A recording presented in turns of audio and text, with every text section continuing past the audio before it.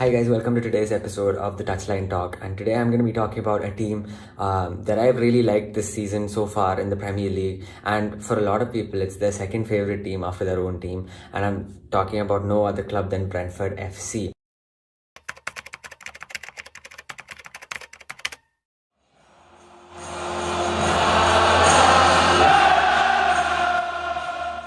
This is their first season in the top division in the Premier League, and they've made some big waves so far as well. They've got that opening day result against Arsenal, which nobody predicted, as much as Arsenal were trolled as a banter club back then. And they had that 3-3 draw against Liverpool. We saw scoring some late winners in some great games for Brentford. And overall, the Brentford Community Stadium, the atmosphere they create, the fact that even though they don't have a lot of star names in their sides, they play as a unit and they play entertaining football. The Moneyball strategy, Thomas Frank and what he brings to the club. I'll discuss everything. And right back from the start, from where Brentford started, the roots of forming that football club to the Premier League team that they are today. Brentford Football Club as a whole came into existence in 1889 in West London. And at this time, most of the sports that people played there were either rowing or cricket or tennis. So there were a rowing club and there was also a Boston Park cricket club. It was only when a new recreation ground was come in that the people who owned the clubs decided that there should be a football or a rugby club as well. And that's when Brentford Football Club came into existence in West London. The two other clubs, which are also pretty major clubs in as far as the English football pyramid is concerned, are Fulham and QPR. And these two clubs also come from West London, and these are the main rivalries that happen over there. They first entered the Football League in 1920, and the Football League is essentially a list of all the professionally playing football clubs from England and from Wales. And after that, in 1926, they appointed Harry Curtis, who is a club legend to this day and is gone down in Brentford's Hall of Fame as being one of their greatest ever managers. And this was when Brentford would lay the foundations for what would be the most successful period that it's had in the Football League. The 29-30 season would be the most pivotal season that Brentford would have in this era. In that season in particular, they had 21 games unbeaten at home, which is still a club record to this day. And despite 28 total wins in a season, which was also a record at the time, Brentford just slipped up and finished second behind Plymouth, and that means they couldn't secure promotion that they looked like they were going to achieve. But that wasn't just a one-off season either, because Brentford put in solid performances in the seasons to come as well. They finished third and they finished fifth after that. And all in all, they just looked much better than that bits and pieces third division side that they used to be. And finally, in the 32-33 season, Brentford gained promotion to the second division. They kept facing against opposition that they were expected to lose against, and they kept getting results again and again. And in the 34-35 season, Brentford even went on to win that second division title to reach the first division for the first time in the club's history. And this is etched in most of Brentford's relics that you'll come across if anything is talking about how they've become the club that they are today. And in this season, what's also interesting is that they managed to win the now defunct trophy called the London Challenge Cup as well that year, and that was basically like a domestic competition between all the clubs in London. Crystal Palace. Brentford was finally among the big boys. Their players were getting capped at the professional level for their countries. Media was spreading around. Brentford was finally being seen as a big club and a force to be reckoned with in the English game. And this would be a trend that would go on for like 1 or 2 seasons as well, as even in that time period, Brentford managed to hold on to the first spot in the first division for 17 games without being knocked off the helm by any other club. But the 38-39 season is when the fairy tale started to reach its waning end, and a lot of the stalwarts at Brentford started to leave, searching for bigger paychecks perhaps, went on to bigger clubs, and it was sort of like the beginning of the end for this beautiful period that Brentford had.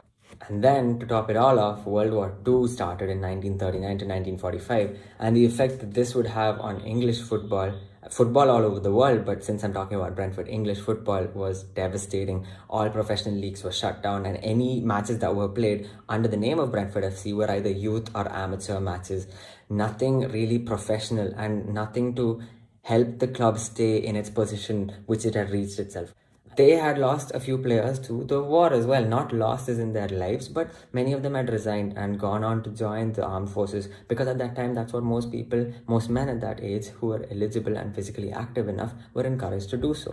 So after this war, with a depleted squad and a lack of motive, if any, after 6 long years, Brentford finally looked like they were going to go down. And right after the war, 1 or 2 seasons in the 47-48 season, Brentford found themselves in a relegation scrap, and eventually in the 48-49 season, they would get relegated. Now, the 48-49 season was also the final season in which Harry Curtis was in charge, and he had mentioned this. He was good friends with the club's chairman at the time, and the club's chairman, Simon, had just passed away. So this looked like a good time for Harry Curtis to finally hang up his boots on a stellar managerial career in which he managed Brentford FC for 22 long years. That is insane longevity at that level. And another interesting scenario which happened here was QPR had a ground called Loftus Road. They were going to convert that into housing. And they were basically looking for a new stadium, and who better to pick on than your rivals, Brentford. So they went and approached one of the stakeholders in Brentford's club. And they approached him and they told him that they'd buy Griffin Park, the home stadium of Brentford, for a certain amount of money. And the stakeholder, knowing that he was losing shares in the club because of its declining performances and because of the fact that it was in loss, so he managed to sell off the stadium to QPR temporarily, but he did it to that QPR spokesperson. But the major part about this is nobody else at that Brentford board knew that this decision was happening. Needless to say, this put all the fans into a tornado. Many protests happened for months on end, and Brentford finally managed to get their stadium back. Who would want to lose their home stadium to a rival? And in 1992, after nearly 40 years, Brentford finally made a return back to the second division. After 40 years, all the way back in 1952, which is when they had secured that promotion to the second division under the previous manager, Harry Curtis. But now, they found themselves in an awkward position. They were in second division for the first time. It was unreal for the fans. And bear in mind 1992, which is also the time where the Premier League started too.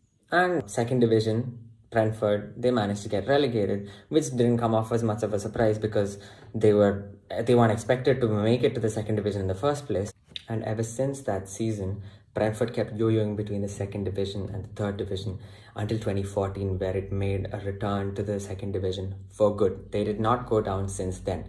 And after 2 unsuccessful playoff attempts to make it to the Premier League, Brentford finally made it to the Premier League in the 2020-21 season. Thomas Frank was also undoubtedly instrumental in this success. He signed as an assistant manager for Brentford in 2016 before becoming the man at the reins of the club in 2018, where he took over Brentford as the manager, and he helped them secure that all-important promotion to the top flight, which their fans had been waiting for ages for.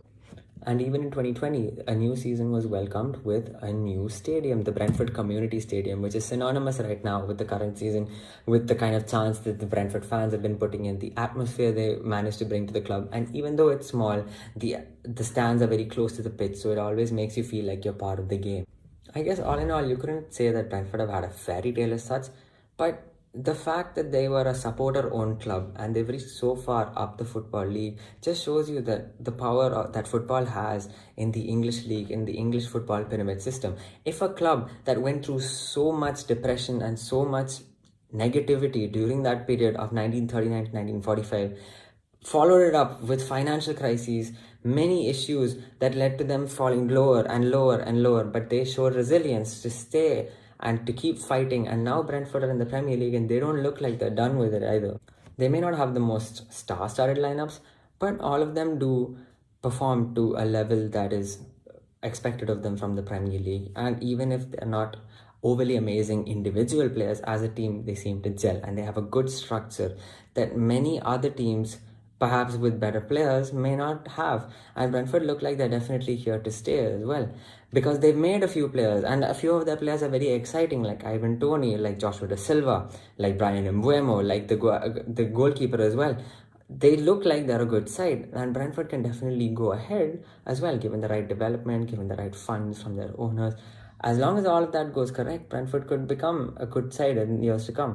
And I can't wait, honestly, to see it. 14th in the league right now, and given they're in a bit of a slump right now, they've had 4 losses on the trot, but with Christian Eriksen a star signing for Brentford. A lot of players, they'll be riled up to make sure that they stay in that first division. It'll be very interesting to see how Brentford finishes off the season and how they fare in the years to come.